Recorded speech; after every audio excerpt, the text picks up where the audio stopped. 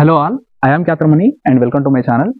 ఈ వీడియోలో మనం డ్రగ్స్ మహమ్మారి అనేది యువతని మనకు ఏ విధంగా ప్రభావితం చేస్తుంది, దానివల్ల వాళ్ళు రీచ్ కావాల్సిన గోల్స్ నుండి వేరే వైపు ఎట్లా వెళ్ళిపోతున్నారు, దానివల్ల కంట్రీ యొక్క జీడిపి ఎట్లా పడిపోతుంది అండ్ స్టేట్ యొక్క గ్రోత్ అనేది ఎట్లా ఆగిపోతుంది, దానివల్ల మనం ఈ డ్రగ్స్ ని అరికట్టాలంటే ఎలాంటి చర్యలు తీసుకోవాలి, ఇటువంటి వాటి గురించి ఈ వీడియోలో అయితే మనం క్లియర్ గా ఎక్స్ప్లెయిన్ చేస్తున్నాం. మనతో ఉన్నారు సయ్యద్ సిద్దిక్, భారత్ సేవక్ సంఘ్ యొక్క ఫౌండర్ అనమాట. ఈయన దాని గురించి మనకైతే క్లియర్ డాటా, ఎంతమంది డ్రగ్స్ కి అడిక్ట్ అయ్యారు మన తెలంగాణకు సంబంధించి కొంత డాటాతో ఆయన అయితే మనకు దాని గురించి ఫుల్ ఇన్ఫర్మేషన్ అయితే ఇవ్వబోతున్నారు. Welcome to my channel brother. Welcome. Hello, నమస్తే అండి. ఈ డ్రగ్స్ మహమ్మారి అనేది మన యువతని ఎట్లా చిదిమేస్తుంది అనేది హలో ఫ్రెండ్స్ చూద్దాం. ముఖ్యంగా మన ఈ డ్రగ్స్ కి సంబంధించి parliamentary standing committee on social justice and empowerments report అది రివీల్ చేసింది. 2022కి సంబంధించిన డేటా ఇది. అయితే తెలంగాణ రాష్ట్రంలో మొత్తం 29 లక్షల మంది డ్రగ్ యూజర్స్ ఉన్నారు. దీంట్లో 1,90,000 మంది అడల్ట్స్ రెగ్యులర్ గా గంజా యూజ్ చేసే వాళ్ళు ఉన్నారు. 5.47 లక్షల మంది ఓపాయిడ్ డ్రగ్స్ ని కన్జ్యూమ్ చేస్తారు. అయితే 16.63 lakh రిసార్టెడ్ టు సెడేటివ్స్, వాళ్ళు మత్తునిచ్చే వైట్నర్ కానీ మత్తుని కలిగించే పదార్థాలు ఉపయోగించే వాళ్ళు 16 లక్షల వరకు ఉన్నారు. ఓకే, సో తెలంగాణ అనేది దక్షిణాది రాష్ట్రాల్లో ఈ డ్రగ్ యూజర్స్ లో టాప్ లో ఉంది. తర్వాత ఏపీ ఉంది. అయితే ఈ డ్రగ్స్ యూసేజ్ కి సంబంధించి డి అడిక్షన్ సెంటర్ కి సంబంధించిన ఒక నిపుణుడు విఎస్ గైడియోవన్ అనే ఆయన చెప్పిన విషయం మనం చూస్తే 13 నుంచి 12 సంవత్సరాల పిల్లలు కూడా ఫోన్ చేస్తున్నారు ఈ డి అడిక్షన్ ఎలా అవ్వాలి అనే దాని గురించి. అయితే ఒక వ్యక్తి ఈ మధ్య అరెస్ట్ అయ్యాడు.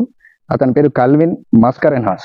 అతను చెప్పిన డేటా ఏంటంటే మన తెలంగాణ ఎక్సైజ్ డిపార్ట్మెంట్ కి వాళ్ళు అంటే మన హైదరాబాద్ నార్కోటిక్స్ ఎన్ఫోర్సింగ్ వింగ్ అని హెచ్న్యూ అని ఉంటుంది, స్పెషల్ ఆపరేషన్ టీమ్స్. వీళ్ళు వాళ్ళని అదుపులోకి తీసుకొని అడిగినప్పుడు అతను ఇచ్చిన డేటా చాలా భయంకరంగా ఉంది. 200 మంది స్టూడెంట్స్ పేరు మోసిన ప్రైవేట్ హైదరాబాద్ సిటీలో పేరు మోసిన ప్రైవేట్ స్కూల్స్ లో, కాలేజెస్ లో, ఈవెన్ స్టడీయింగ్ ఇన్ క్లాస్ 8 ఆ తర్వాత యాజ్ యంగ్ యాజ్ 13 years 8వ తరగతి 13 సంవత్సరాలు కలిగిన వాళ్ళు కూడా ఈ డ్రగ్స్ యూజ్ చేస్తున్నారని చెప్పి అతనే ఆ రాకెట్ నడిపించే అతను ఇచ్చిన డేటా అన్నట్టు. అయితే మరి ఈ డ్రగ్స్ ఇష్యూ అయితే ఉంది. అయితే గవర్నమెంట్ తీసుకుంటున్న చర్యలు ఏంటి? అయితే హైదరాబాద్ నార్కోటిక్స్ ఎన్ఫోర్సింగ్ వింగ్ హెచ్న్యూ అని ఒకటి ఫామ్ చేయబడ్డది. తర్వాత యాంటీ నార్కోటిక్స్ బ్యూరో వాళ్ళు ఒక డ్రగ్స్ గురించి సమాచారం వచ్చినప్పుడు స్పెషల్ ఆపరేషన్ టీమ్స్ ని ఫామ్ చేస్తారు. ఆ తర్వాత రైడ్స్ చేసి ఆధారాలు దొరికినప్పుడు కేసెస్ నమోదు చేస్తారు. అయితే ఇవన్నీ దేని ద్వారా, on what basis they are doing so the base act is narcotic drugs and psychotropic substances act 1985. ఈ యాక్ట్ ద్వారా ప్రొడక్షన్ చేసిన అంటే డ్రగ్స్ గంజాయి సాగు చేయడం కానీ, మ్యానుఫ్యాక్చరింగ్ కానీ, ఓకే, ఆ తర్వాత పొసెషన్ కలిగి ఉండడం కానీ, తర్వాత సేల్ అమ్మడం కానీ, తర్వాత పర్చేజింగ్ కొనడం కానీ, ఆ తర్వాత ట్రాన్స్పోర్ట్ చేయడం కానీ, ఆ తర్వాత స్టోరేజ్ చేయడం కానీ, తర్వాత consumption of any narcotic drug and psychotropic substance, ఇవన్నీ ఈ చట్టం ప్రకారం నేరం. ఓకే, అయితే మనం ముఖ్యంగా మా భారత్ సేవక్ సంఘ్ ఈ వీడియో చేయడానికి అంటే వెంకట్ ద్వారా ఈ వీడియో ద్వారా నేను మెసేజ్ ఇవ్వదలుచుకుంది ఏంటంటే నషాముక్త భారత్. ఓకే, యువతే దేశానికి వెన్నుముక. స్వామి వివేకానంద గారు అన్నట్టు, నా నమ్మకం అంతా యువకుల మీదనే, వారిలోంచే సింహాల్లా కొంతమంది యువత విజృంభిస్తారు, సమస్యల అంతు చూస్తారు అని చెప్పడం జరిగింది స్వామీజీ. ఆ తర్వాత స్వామీజీ అన్నారు, యువతలోని నిద్రాణ స్థితిలో ఉన్న శక్తియుక్తుల్ని వెలికితీసి వారిని సమాజ నిర్మాణంలో వారిని భాగస్వాములు చేయాలని చెప్పడం జరిగింది. Even doctor APJ Abdul Kalam గారు, మాజీ రాష్ట్రపతి, కూడా యువత గురించి, యువత చదువుకొని వాళ్ళు అన్ని రంగాల్లో ముందుకు వెళ్ళి దేశాన్ని ఒక డెవలప్డ్ కంట్రీగా మార్చాలని కూడా సందేశం ఇవ్వడం జరిగింది. దురదృష్టవశాత్తు మనము అటు పాకిస్తాన్, ఆఫ్ఘనిస్తాన్, అక్కడ గోల్డెన్ క్రిసెంట్ అది, ఆ తర్వాత ఇటు golden triangle Bangladesh, Laos, Thailand, Myanmar, ఇక్కడ వీటి మధ్యలో మన భౌగోళికంగా మన దేశం ఉండడం వల్ల ఆ డ్రగ్స్ సరఫరా మనకు తలగడం, అంటే మనకు మధ్యలో మనకు టచ్ అవ్వడం, అక్కడ పంజాబ్ లో చాలా మంది యువత డ్రగ్స్ కి అడిక్ట్ అవ్వడం, ముఖ్యంగా దక్షిణాదిలో మన రాష్ట్రం ఈ డ్రగ్స్ మహమ్మారి వల్ల మన యువత దేశానికి, వాళ్ళ సమాజానికి ఎంతో పనికొచ్చే యువత నైపుణ్యం కలిగిన యువత. ఎందుకంటే మీరు మన భారతీయుల్లో ముఖ్యంగా యువతలో చాలా గొప్ప టాలెంట్ ఉంది. ఇప్పుడు మన నుంచి ఇక్కడికి వేరే దేశాలకు వెళ్ళిన వాళ్ళు, ఈవెన్ సత్య నాదెల్లా కావచ్చు, మైక్రోసాఫ్ట్ CEO, ఆ తర్వాత సుందర్ పిచాయ్ కావచ్చు, వీళ్ళు వెళ్ళి వేరే మల్టీనేషనల్ కంపెనీస్కి CEOsగా వీళ్ళు ఉన్న తరుణంలో మన యువతలో ఉన్న శక్తియుక్తుల్ని మనము ఇక్కడ నిర్వీర్యం చేసుకోకూడదు. మనం ఇక్కడ ఉన్న వాళ్ళు, ఇది ఒక ఫండమెంటల్ డ్యూటీ లాంటిది. ఎందుకంటే మన ప్రాథమిక విధి ఏంది, దేశానికి ఏదైనా అపాయం వచ్చినప్పుడు మనము మన ఆర్మీతో కలిసి పోరాడాలి. అది పక్క చైనా వాడు కానీ పాకిస్తాన్ వాడు కానీ మన మీద అటాక్ చేసినప్పుడు మనం మన ఆర్మీకి వాళ్ళు పిలిచినప్పుడు మనం వెళ్ళాలి, అది మన విధి. కానీ అది one type of fundamental duty. అక్కడ వార్ అనేది ఫేస్ టు ఫేస్ జరుగుద్ది.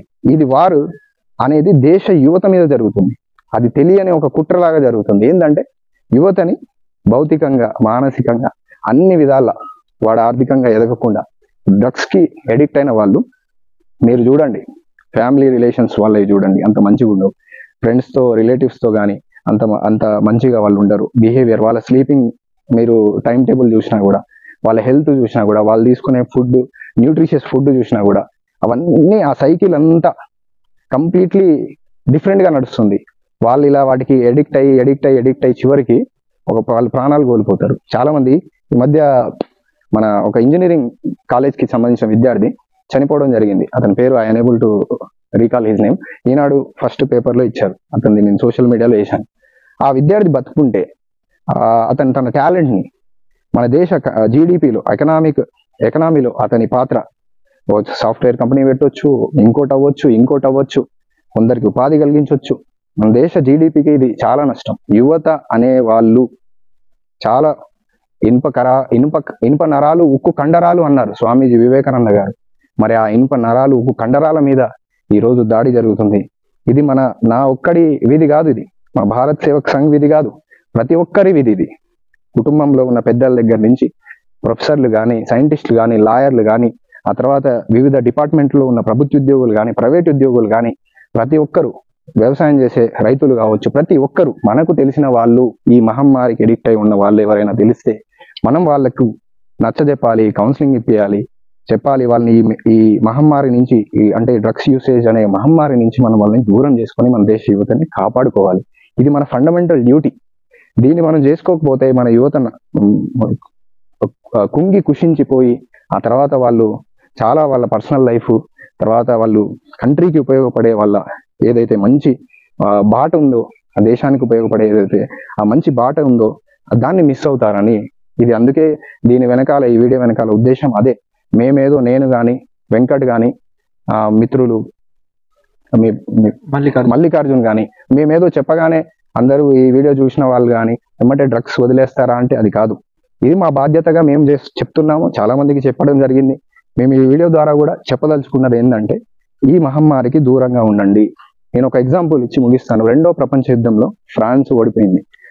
ఫ్రాన్స్ అప్పట్లో వాళ్ళ దగ్గర ఆర్మ్స్ అండ్ అమ్యునిషన్ చాలా బాగున్నాయి, అయినా కూడా ఓడిపోయింది. ఒక రీసెర్చ్ కమిటీ లాంటిది ఒక నిపుణుల కమిటీ ఇస్తే అక్కడ తేలింది ఏంటంటే యువత శారీరకంగా బాగానే ఉన్నా కూడా ఆ తర్వాత వాళ్ళు వ్యసనాలకు వాటికి అలవాటు పడి వాళ్ళు లోపల నుంచి వాళ్ళు మానసికంగా తర్వాత చాలా బలహీనలు అయ్యారు, శారీరకంగా కూడా బలహీనులయ్యారు. యువత అనేది యాక్టివ్ రోల్ అక్కడ లేకపోవడం వల్ల వాళ్ళు ఓడిపోవడం జరిగింది. ఇది ఒక వన్ ఆఫ్ ద రీజన్ ఇది. సో కాబట్టి మనము మన లైఫ్ గోల్ ఏంటంటే మనము విద్య ద్వారా ఎదుగుతూ అన్ని రంగాల్లో ప్రవేశించి మన దేశాన్ని ఒక డెవలప్డ్ కంట్రీగా, ఒక సూపర్ పవర్గా మార్చాలి. జై హింద్.